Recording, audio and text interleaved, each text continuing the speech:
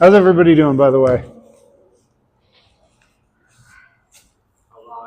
Live, kicking, enjoying this warm October.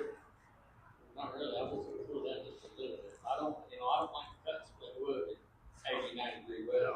I've got so many trees down from over the summer. They're just waiting.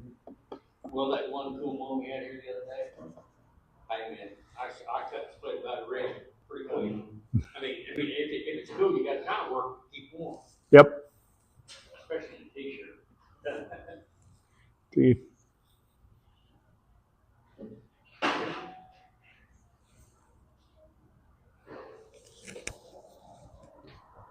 See if anybody's pulling up, but otherwise I'll start up. All right. I don't see anybody else.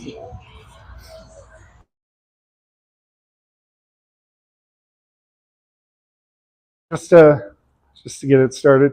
So first of all, you probably noticed I'm not John. If you weren't here the last time, John had some health issues. He's had surgery. I've touched base with him a few times. He's doing well. He is seeming to recover. That said, he's done some reflection about the club and has decided that he is not going to rerun for president. So just as a throw out, because of the club bylaws and things like that, next month, conveniently, is elections. And we are one officer shy that is required for the board. So we're going to be sending out an email, probably put on our Facebook page. But come next month, we would love at least one person who would like to step up and do a little time supporting the club and being one of the officers. If you have questions about that, you can talk to us. Again, we're going to send out the email and ask people to respond if they want to know what the responsibilities and jobs are. Of course, it's the president, so it's a small, not very involved role, but letting you know. In the time since the last meeting, the other officers has gotten together. We've been talking about sort of how we want to finish out this year. And then we've sort of putting together some lessons learned from this year that we want to do better. One of which, as Ryan is doing right now, we know a lot of members come into the meetings, driving across town on a Thursday night. It's not easy. So we're starting to work with live streams.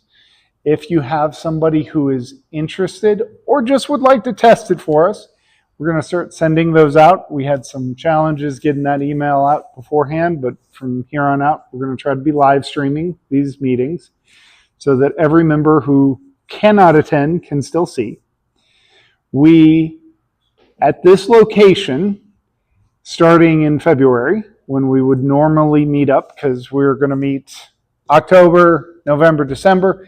January we take off just because who wants to meet the first Thursday of January? There's a lot going on. Nothing going on with the bees. February is when we tend to meet. At this location, 4-H, everybody else has priority. That's where, if you remember, we've started jumping around all the schedules. We decided that we didn't enjoy it. We don't think you enjoyed it. Made communication hard, people attending bad. So we have a new location that you can speak to. Yes, absolutely. So the new location is going to be at Peace Lutheran Church in Rogers. They have a meeting room that we can use every first Thursday, 7 o'clock. So we're going to be in the same place at the same time instead of having to move our meetings around, kind of like we did this last year where one day it was on a Tuesday night and the next it was Wednesday, and then the next month we weren't sure where we were going to be or what time. So this will give us a consistent meeting place, so there's no confusion, and it'll be pretty efficient. And again, what we're hoping to do is the combination of the two. If the new Rogers location, I know, John, when we talked about picking here, there was a lot of people who this would or wouldn't work for. That's why we wanted to put together the live stream. Again, we'll love feedback, because if there are any issues, letting us know would be great. But if you can meet us in person, I think it's the consistency is key. And if you can't, we're hopefully going to be doing the live streams and putting those recordings up so people can see them. The other thing that we're going to try to do, just to lay out the rest of this year, so we're going to be talking about some basic winter prep today that I'm sure you all know, but I'm going to say anyway, just to fill the time. Russell's going to spend the majority of the time talking about how to plant for your next year's flowers for your bees. November is going to be the officer election. We'll probably have some topic to add in the rest of the time. Again, I assume one person will be very happy to be president and we'll be able to kick to the rest of the class. December tends to be a potluck, so that is just if you're interested in coming to get together to talk about bees and enjoy some food, that's what December will be. And then come February, we'll be kicking off with the new thing. We do have a challenge that the officers are going to try to do to offer a November bee class. John had done the last one. We're trying to expand upon that a little bit, just because now is normally when people are thinking about starting bees. So we're going to be putting that out. We'll be sharing with the members. If you have any suggestions or, hey, I wish I had knowns, we'd love the feedback. Again, our goal here is just to introduce people interested in bees, how to get started well, and avoid some of those first-time mistakes. We probably can't kick it off by saying, please don't get into this hobby, but, we'll see. So I think that is the club business.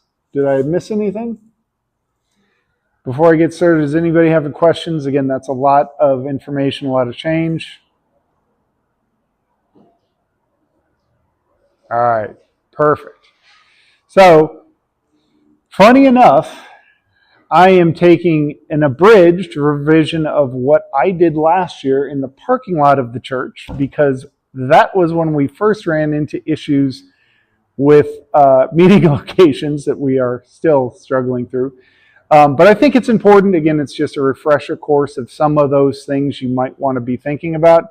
Again, considering the audience that's here, I kind of suspect most of you will know this.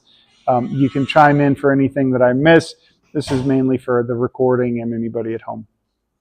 But the first thing I brought, because unlike John, I don't like carrying a whole bunch of heavy stuff, I brought in my little 5-frame nuke that is kind of in a standard configuration that somebody might have for over the summer where they're collecting honey.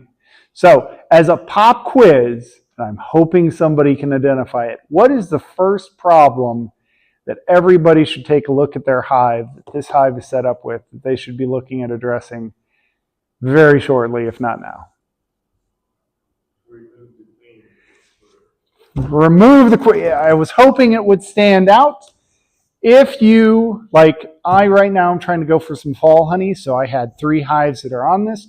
I also had my 15-year wedding anniversary. I've got kids in sports. I've got work. If I forgot about this queen excluder, trying to get that honey, if I forgot about it, this could be a real problem for you, because one of the most natural things about bees is they will move up in the winter, and that queen is too fat to get through. She'll get stuck below and die. So the first number one thing, please God, if you've got it, just double check your hives, take this thing off. This is a great time to think about reducing your entrance if you haven't done it. Everything comes with these little, bottom boards will have these little excluders, which you tend, as I understand, the appropriate method is to have the notch facing up. That way you get a space underneath so that when you put this in to reduce your entrance, that they can go. If you happen to worry about mice, which everybody has, there are additional little mouse guards that you can put on. Mice get cold. These are warm. They've got food in them. They like to come. Kind of shoring up this front is a pretty big deal. Not having it wide open for the wind and animals to get in is a big thing. I hear some... What are you? I leave my excluders in there all the time. You wear this thing? Oh, no. This? Yes. You leave it over winter? Yes. Wow. Never lost a hive. That's, But I've got a box on top that's got honey in it. and they managed it And okay. Well, they work around it or whatever they do, because I forgot them one year. You know, you guys Yep. mentioned this, but I've never done it. So what may happen, and this is a good call out, and I am talking in a general rule set. The flip side is, welcome Northwest Arkansas. I have pictures of dandelions blooming every month of the year in my yard. It's not brutally cold here. Yeah. Where you'll run into problems if the whole hive has to go up, because that's where they ball. You know, it's a painful way to lose a hive, so that's why we do keep bringing it up. Again, like everything in beekeeping, sometimes you can get around it, but it's probably okay to take it off. Just save yourself a little trouble. 2 years ago, when it went from 70 to 19. Yeah, they move right up. That, and I learned I learned the value of. I had hives that, which is sort of the next, maybe as we talk about it, bees are going to cluster in the bottom. It's not a horrible time if you're in your hives to look at maybe resituating so that you've got a lot of your honey frames up top and more of your brood and stuff on the bottom. Because I have, and I'm sure everybody's had this scenario, bees are going to cluster. They can only, when it gets really cold like you're talking about, they can only reach the food that the furthest bee can do. So you can have full frames of honey here on the edge, but they're stuck in the middle. They can't reach it. They can starve to death. So it's not a horrible idea if you're like, hey, I've got a whole bunch of honey frames, but they're on the outsides and the bottom. You might look to move some of your brood frames to the bottom and those honeys a little bit more in the center, so that those bees, as they kind of do their natural clustering, they'll always have their honey. As Russell was mentioning, there are two things that you should also probably do. Have bees with honey, the old lift test. You should be getting a feel for your hives. If you've got multiple, it's definitely going to help. You're basically going to be looking for a little bit of weight.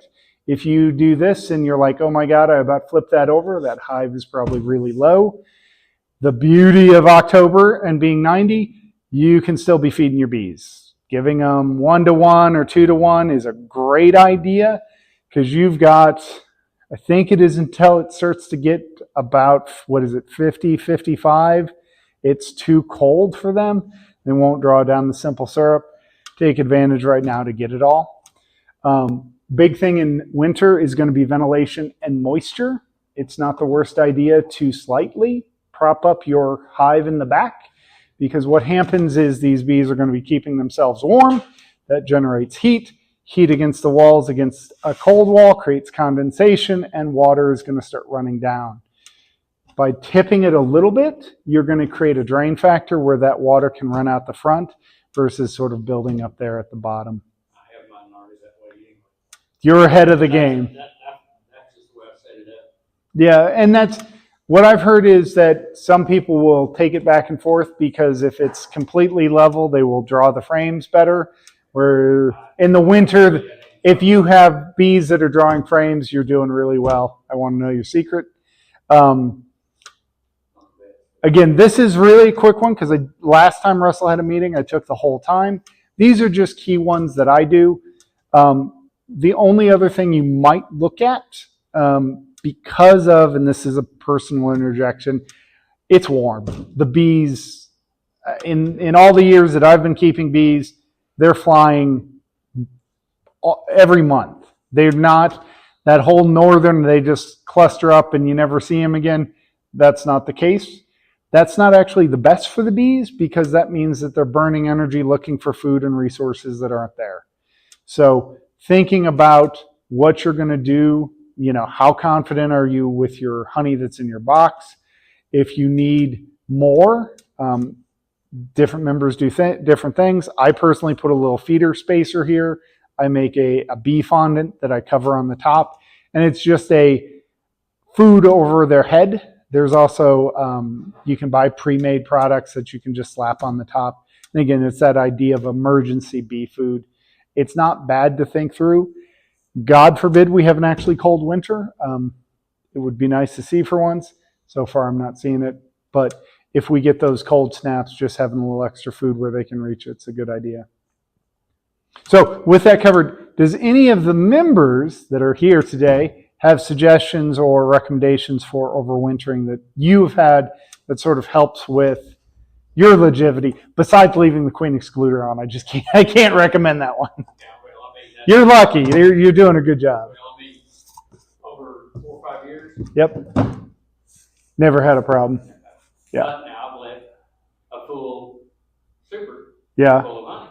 Yep. And I mean, of That course, helps. we hadn't really had all the cold weather. Yep. Now, we did that one time, that 22 below. Yeah, for a week or something, Yeah, but not we- months. I mean, not months, but they can cluster in, but they must have been some right there. Saving the Because, cream. I mean, I thought, well, and then plus I had the insulating issue. Oh, nice. Last year, I mean, I had the outside, it wasn't much, But, you know, I mean, there was some there.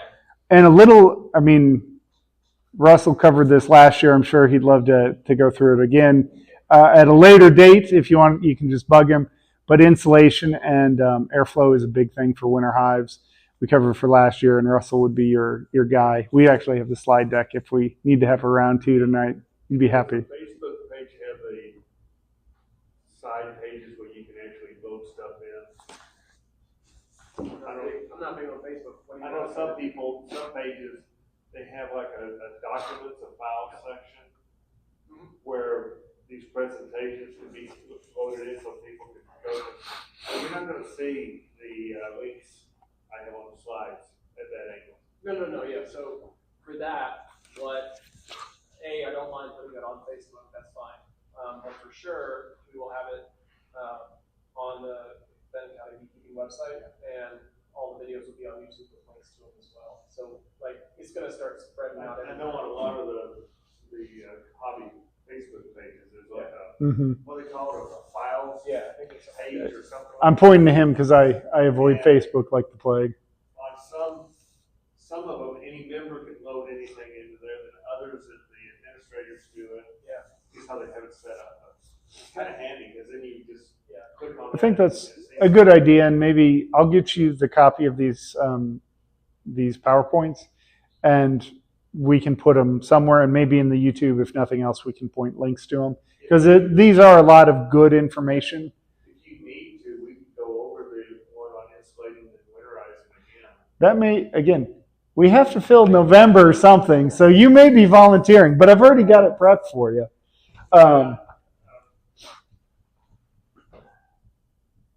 Just briefly on the insulation, I keep thermometers in mind.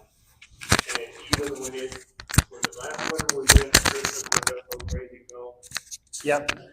At the very bottom, the inside temperature of my hives never dropped below 40. And that was at the very top. So the bees were able to move around the entire time. There were no frames they couldn't get to. Every year I've done this, my biggest problem has been in March, controlling the massive amount of bees pouring out of the hives, because they start brooding real fast and they come out strong and aggressive. I'm sorry, not bad aggressive, but Ready to. I have some of those too. But Ready to grow. And ready Yeah. to swarm. Yeah. I think I mentioned, I think it was March this year, I had my first one, which is just stupid. I didn't have any swarms this year. You gotta tell Yeah. me your ways, man. Because of how fast my hives were growing, I added supers way early. I did not wait for 80% full. The first thing I put on was a full deep of empty frames. And then I put a medium on top of that. I never waited for them to get full. But I had so many bees in the hives, and I have defensive bees, so there was no problem with anybody getting in and doing anything. I don't have trouble with mice either. I would pity a mouse that got into my hive. But I still slap them on. Yeah. But I've got too many cats. So. Yeah. These are the small things that it may not happen to you, but if it does, it's just a crappy way to leave it. So we ready for me? So I got to clip this contraption on somewhere. Like that. Okay. And I am going to have a chair up here for emergency because. Absolutely. I will be your click jockey. So just tell me Oh, when cool. you want to go next. Okay. Well, in that case, I can stand here and okay, I'll click to the next one. Okay. Has anyone ever searched on the internet, how much area do I need to have a healthy hive of bees? That's the answer you're going to get. 1 to 2 acres. That's all over the internet. I put that under internet legends right up there with many of the other ones that we see that come out, the Russian bot things they always talk about. So do you really think that you could take 2 acres of land, put a big screen dome over it, and put a hive of bees in there and they would make it? I think, yeah, every time I've turned to screen bees in, it goes bad. No, I'm just saying hold them to 2 acres. They only have that 2 acres of habitat, and you have it perfect habitat. Do you think they're going to make it in there? They might. What is the 2 acres? The key is, what does the 2 acres mean? Yeah. I say it means a total of 1 acre to 2 acres of pollinator plants producing nectar at any given time during the growing season. That would be the only one. So you look out here at a 40-acre field right now with goldenrod in it, and there's 5% of the area covered with goldenrod. How much habitat do they really have right now? Whatever 0.05 times 40 is. And that's the way I look at it. The other thing is, you get out here and start asking on bee sites. Yeah, I'm going to have to get a chair. And you'll get everything from bees don't need feeding, bees are foragers, you don't need to worry. You can pack 50 colonies into one spot. You get all kinds of good answers. Okay, so go to the next one. This is my area. The dot is where I live, and that's a 3-mile circle. How much of that area do you think is bee habitat on there? Where the creeks are. Well, that's a good one, yeah. That's your best. Okay, this is Beatty Creek through here. And maybe here. That's just a big patch of trees. This here is my fall saving grace. That's soybeans. Other than that, everything else is managed pasture. Even around the chicken houses, they mow it. That is not bee habitat. The only other thing you got is the fence rows. And farmers hate fence rows. So there's not much there either. Roadsides, highway, right-of-way, great until the mowers come by. So my point is, don't pack in a whole bunch of hives in one location. I did have one guy on the site, he said that he used to, and he started getting into trouble when he limited himself to no more than 10 hives in an apiary, and then he limits them 10 miles apart. He got massive increases in his honey production and the health of his hives and everything,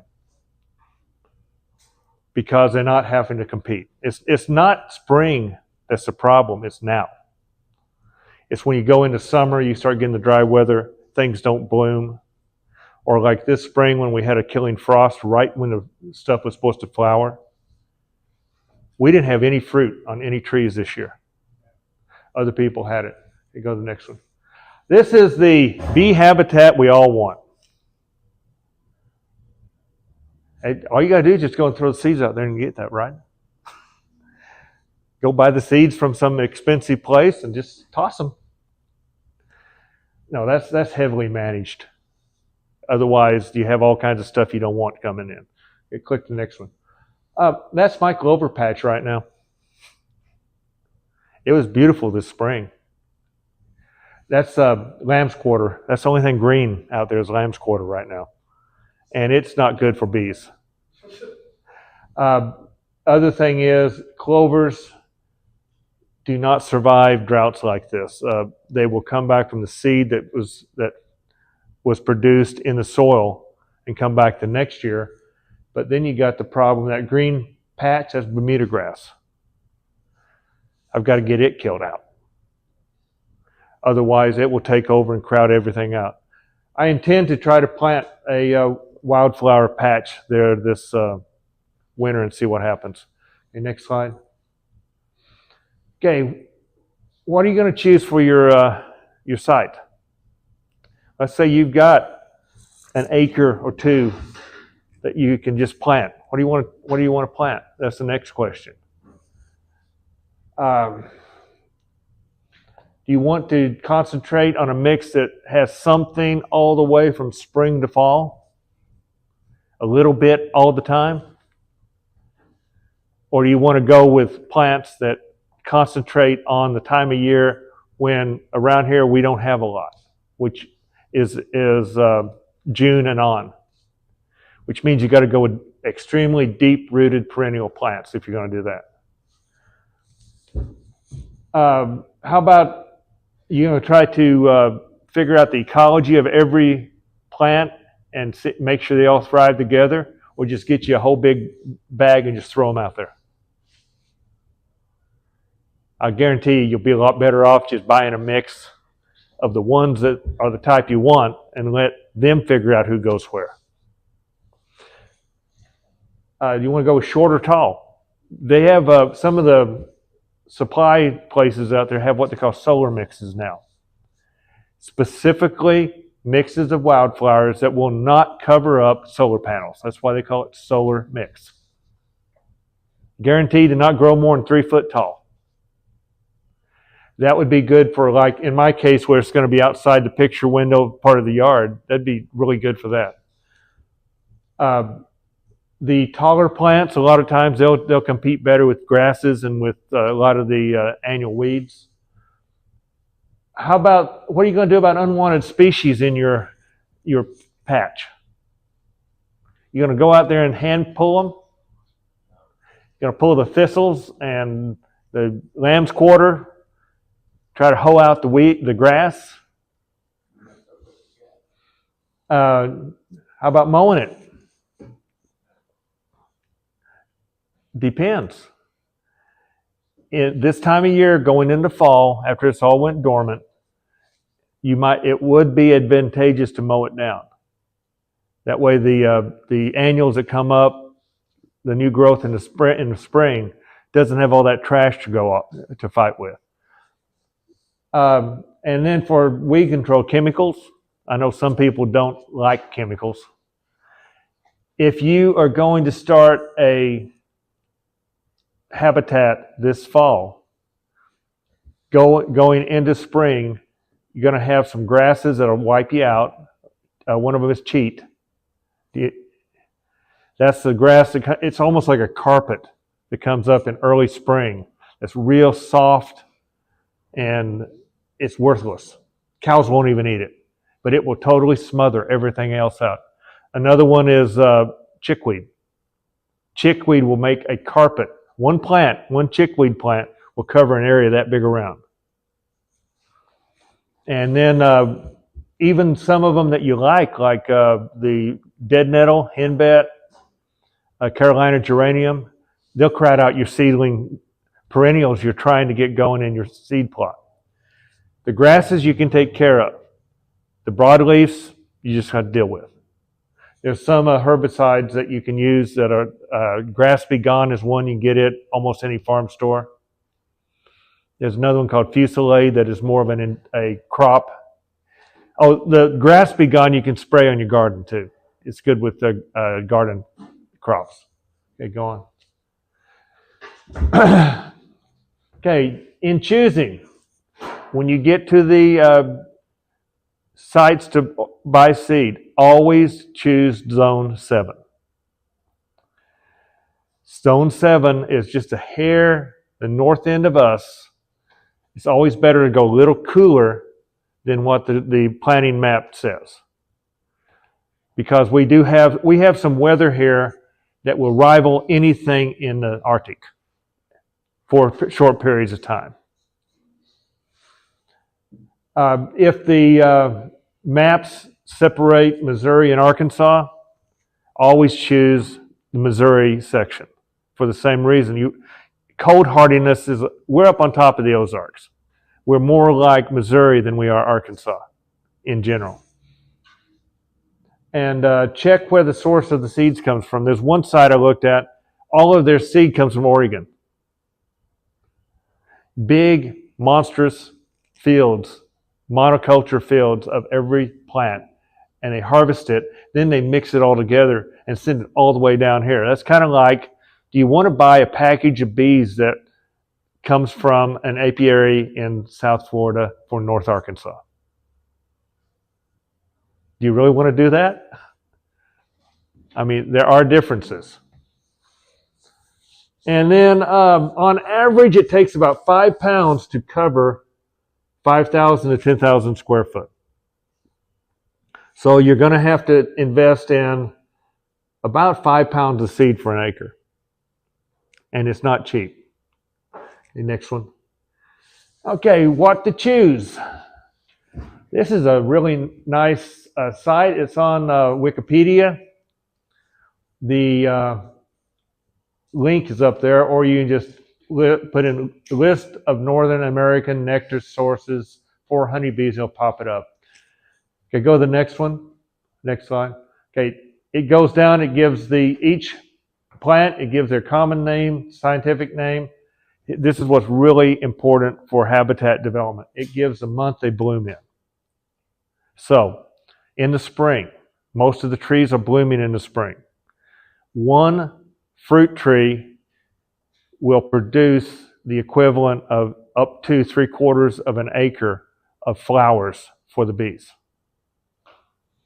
And around here we have persimmon's good, wild cherry, plum thickets.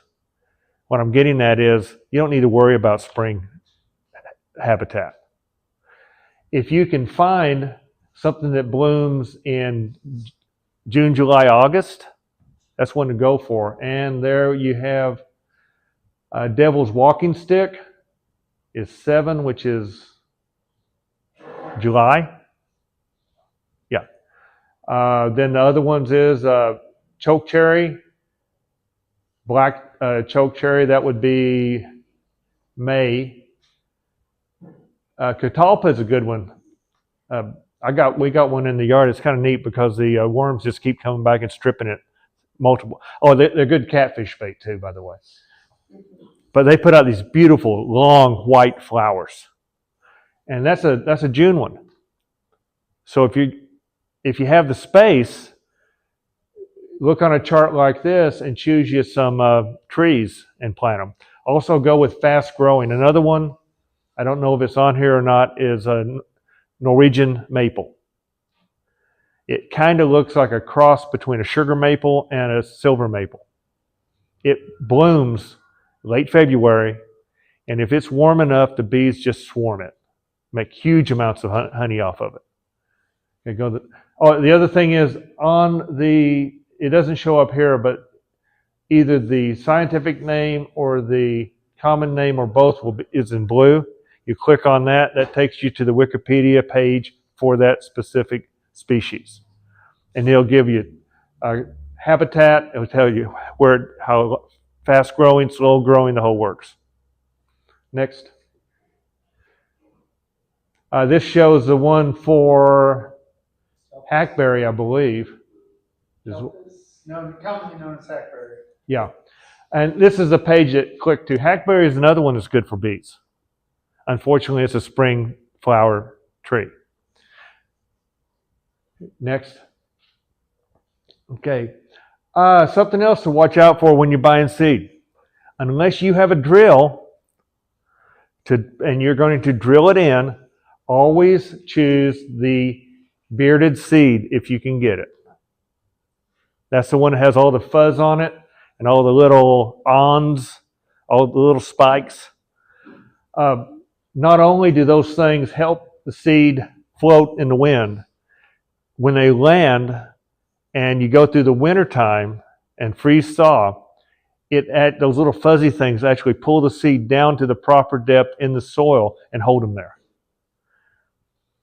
The other thing about native seeds, they must have the winter cold to make them germinate well. So you want them to go through those freeze thaw cycles. Next. Okay, here's some sources for seeds. American Meadows is a nice one that I found. Go on to the next one. This is their prices. Only $40 for a pound. And this is for a Midwest pollinator wildflower seed mix. So for an acre, you would be spending from that site $200 to throw seeds on an acre of land. Okay, next one. This is another one. Stover Seed is another good site. This might be the one that all the seed comes from Oregon. I'm not sure. And free shipping on orders over $29. So click to the next. There's their Midwest Native Pollinator Wildflower Mix. They're $95 a pound. It's not cheap. Unfortunately, there used to be a supplier up by Nevada, Missouri, and they're gone now. They're real good. Okay, next. This is a very good site to go to. It's Pollinator Habitat Installation Task Force. They have all kinds of links. You name it. You get on there, and the brown little spots there, you click on those, and it gets you different mixes that are recommended, eco-regional maps, links to just all kinds of stuff. So that's a real good source. They even tell you how to plant sometimes. Okay, next.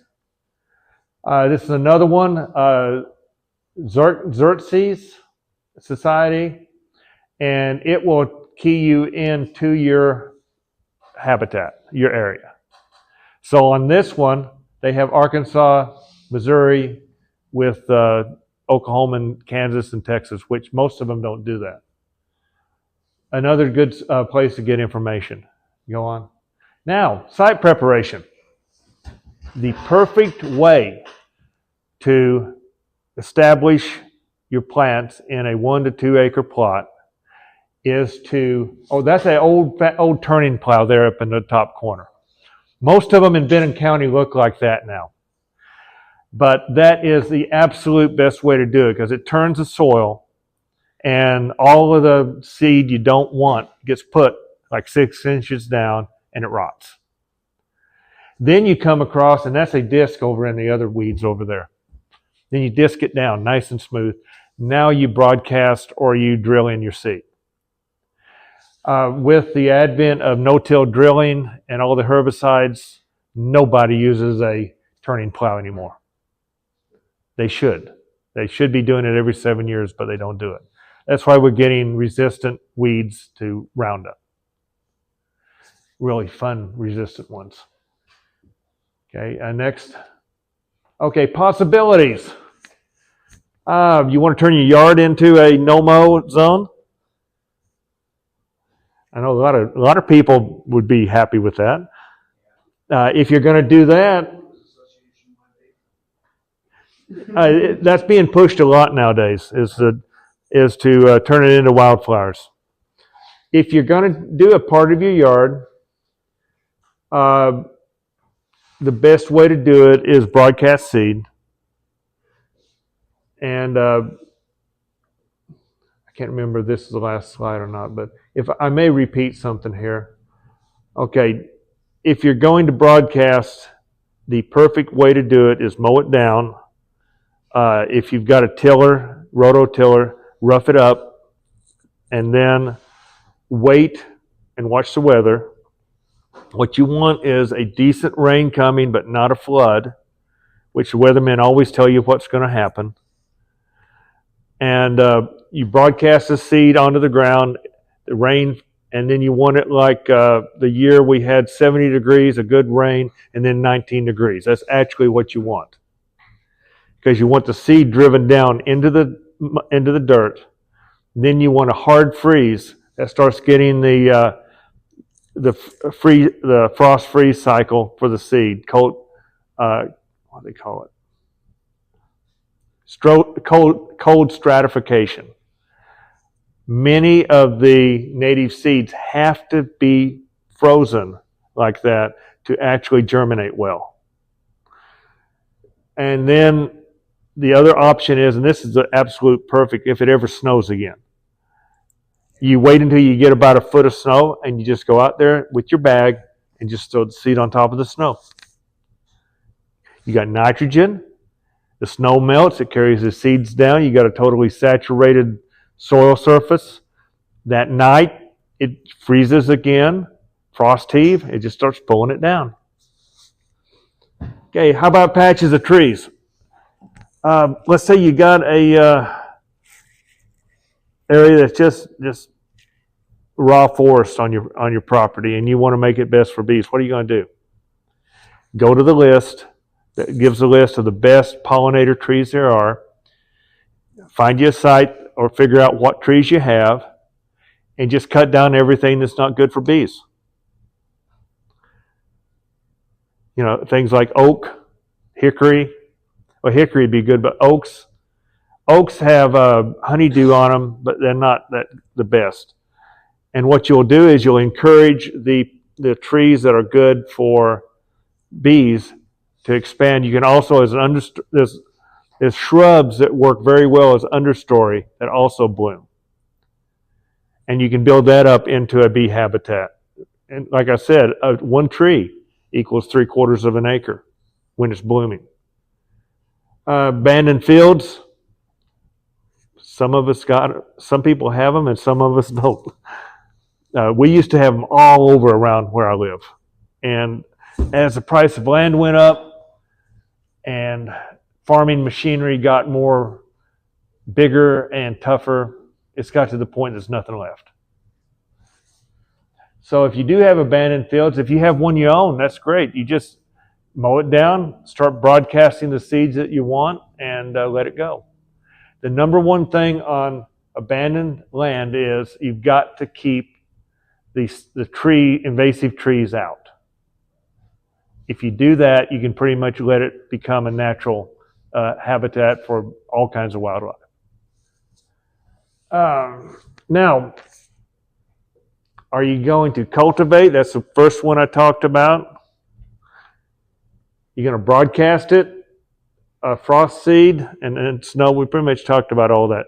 Does anybody here actually have access to someone who could plow it up and disc it and all that for them?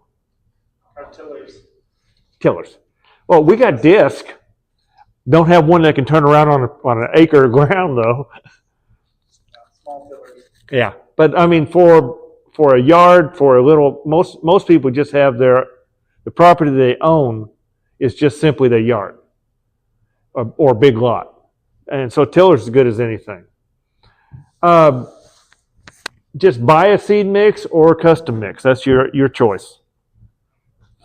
I think from looking at the prices, unless you are really deep into agronomy and horticulture, you're not going to want to try to figure out your own mix, because you're looking at compatibilities, you're looking at growing seasons, growth habit, soil types.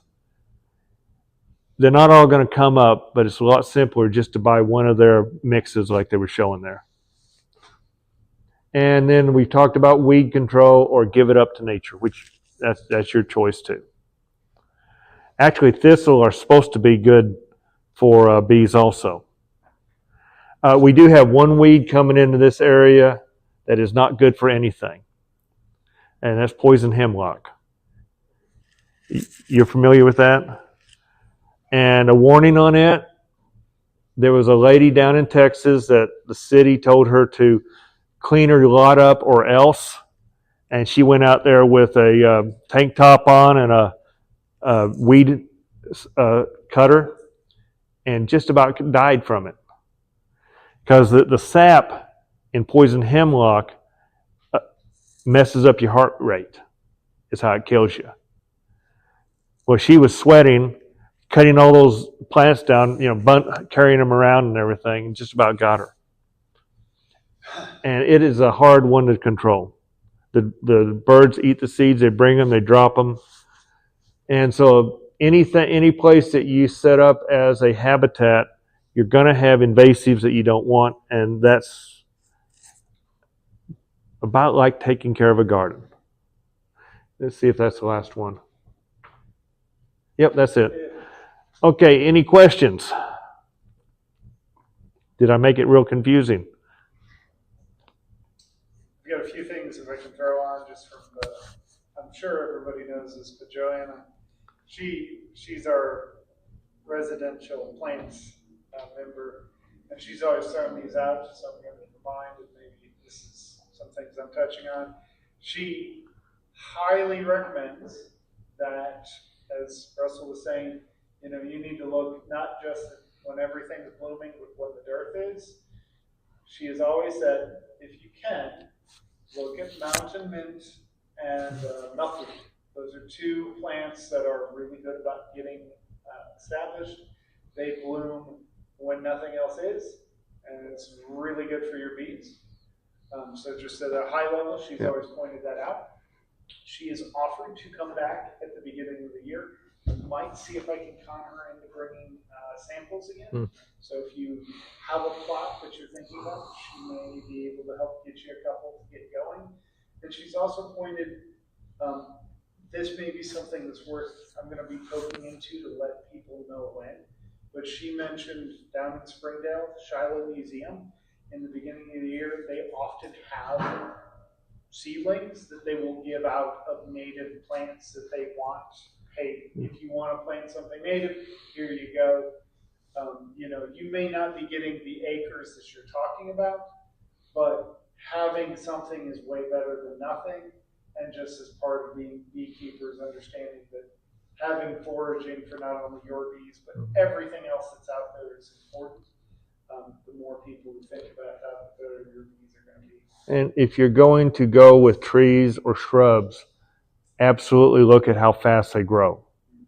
Because some of these trees are fantastic for bees, but you'll be dead before they are mature. I think there was a tree John was looking at, started with an S, a sugar gum or something. Sweet gum, Sweet gum. slow growing. Yeah, he's like, man, if you have one of those, it'll, it's worth like acres of whatever. And he's like, and in about 30 years, it's going to be feeding my bees. Yeah, boss. yeah.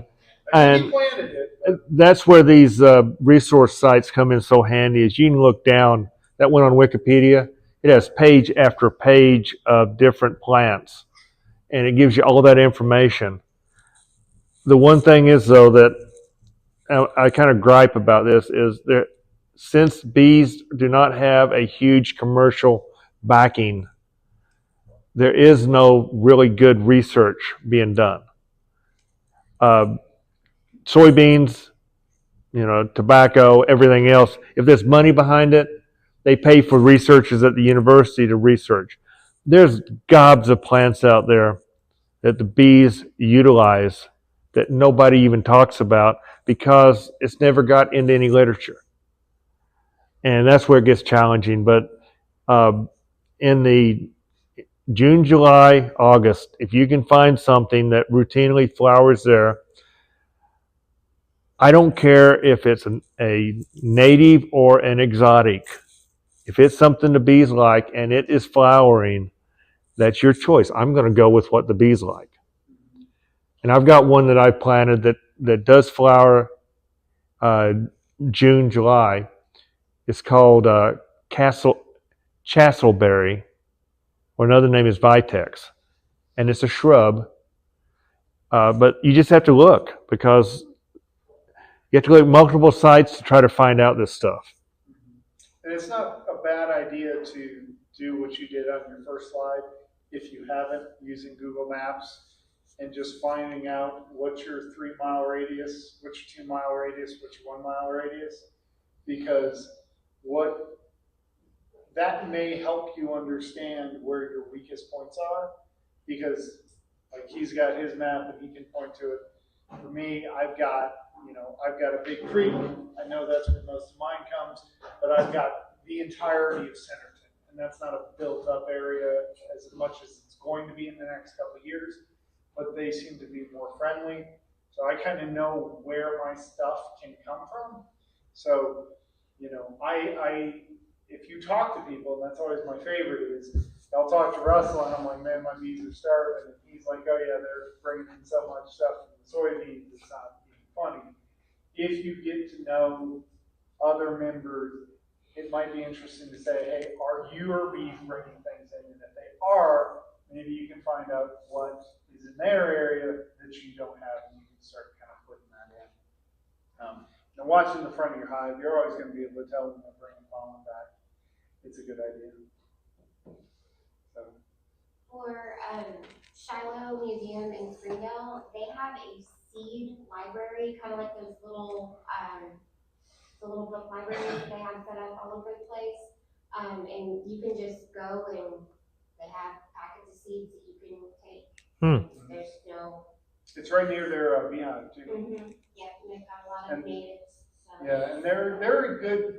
I like the local resources. Shiloh's kind of interesting. You can get a membership, by the way. I did that to see if I can actually get notified of their events. I'm hoping. But they actually have little plots where they're growing most of this. So you can, if you're just like, man, I don't know what that is or when it blooms, this is a place you can go and sort of see what it looks like, how much space it takes, what the blooms look like. And they have ready-made bees so you can tell if they like it or not. Well, in Bentonville, starting to get a lot of hiking trails. They're getting a lot. If you just walk the hiking trails in the late summer, you say, oh, there's something blooming. Figure out what it is. Take your phone and Google it and take a picture of it and it'll tell you what it is. My phone won't. My phone won't. Yeah, yours is Yeah. And there's I'm not going to volunteer, but Joanna, if she shows up, and she might be helpful. If I've done this before, like I took pictures of things, I was like, "This is great." And she's like, "That's horsetail. That doesn't help anything. Please cut that down." Or, "Hey, this is aster. If you want that." Yeah. Like it's not the worst idea to take a look around. I've got about 2 acres, and I do much. My wife is behind me, but she gets a little frustrated at times. I've started with that alternating mowing, where I'm letting part of my yard grow and trying to put seed down and letting it go. And it's, if you're not in a subdivision that has all the codes, it's fun when you can get to come. And sometimes just relaxing that mowing, maybe doing some of the seeds that Russell's talked about, you can get a bit out of it. And again, it's also a great litmus test just to see how well your bees are doing. If they're all over it, that probably means that they're suffering a little bit, finding it elsewhere. One other one is ragweed is an excellent pollen source for bees, high quality pollen. So much of that. Well, people don't realize that because it's not a good nectar source, but they really go for it for the pollen, and it blooms right when they're trying to build up for the winter brood. Have you, I remember being told, I think by a prior member, that one of the best things to know what your bees are doing is to look at the allergy reports in your area. Pollen which count. Is really a weird thing because it's geared towards people who suffer from allergies, but it will say these are the things that are pollinating and are in the air. So you can actually track in your area, hey, you've got high ragweed or high whatever that's in the air. Well, if that's something the bees like, you can kind of say, okay, make a note. They've probably got this coming in, and you can follow up.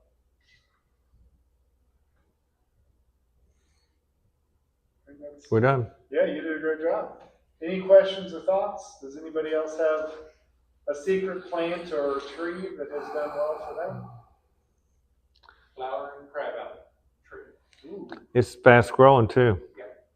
I've got, Oh, one thing about feeding your bees that I do all the time, I put food coloring in it.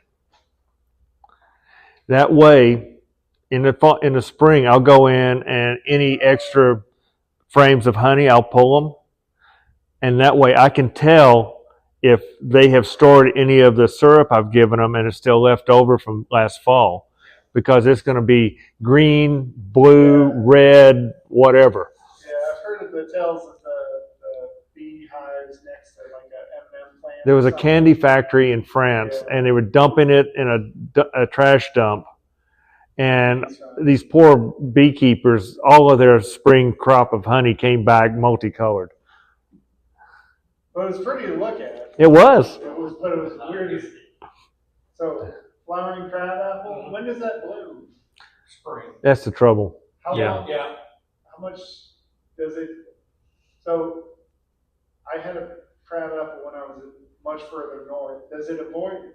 My biggest problem with the flowering plants is they get taken out by the No, late this fall. is a tree. So it, I mean, well, I had a big tree yeah. and the wife didn't like it. I said, well, what am I gonna do with the bees? So I took 2 starts or 3 starts and started 3 other trees in the backyard. And now they're overhead tall. And that was just been a couple of years. And, they bloomed, and it's mainly just in the spring. Yeah. And it helped them get them started. Yeah. And then that purple flower, I don't know what it's called. On the ground, Yeah. that's henbit or dead nettle. They pretty much are interchangeable. Yeah. But I mean, Yeah. I don't mow for quite a while. I mowed it. That's almost gone. No, Then, that's a good idea for the tree to grow. yeah, because I mean, that tree, you just walk outside and you can hear Mm-hmm. them. I mean, whenever they're fully blooming, there's 5,000 or 6,000 up in there. But I mean, it was a great little big tree, but it was getting too close to the house. She's afraid it's gonna fall, so. But I did get some starts and put them around. But that's the only thing different than Is it? So it's pretty hardy with the frost. oh yeah, I mean, It's very oh, resilient. Yeah, I have peaches, and every year I watch just make sure where you plant it. Yeah. the most beautiful blooms that are going to die in a week or two with the first frost. It happens every year. Best thing to do, they didn't make it down to 1 trunk, and there was 3, and that's why I had to cut it. I mean, if it had just been 1, I would just trim it up and get done. But it went out to 3, and this one's going towards the house, Yeah. one's going towards the garage. I mean, I just couldn't have it. But I needed to replace them, so I replaced that. And then that milkweed, I got some from Joanna, and it come up, the bees like it. Now I've got a bed for me to I was going to say we don't need to buy milkweed seed. I've been trying to get milkweed. I can't get it to take. It won't take.